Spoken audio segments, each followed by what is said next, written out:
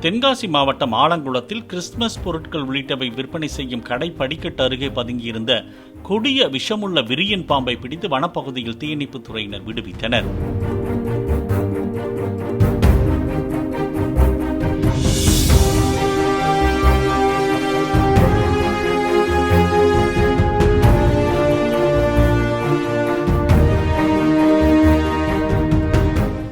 Play store மற்றும் app ஸ்டோரில் இருந்து பாலிமர் செயலியை QR கோடு மூலம் பதிவிறக்கம் செய்யுங்கள். செய்திகளை உடனுக்குடன் பெறுங்கள்.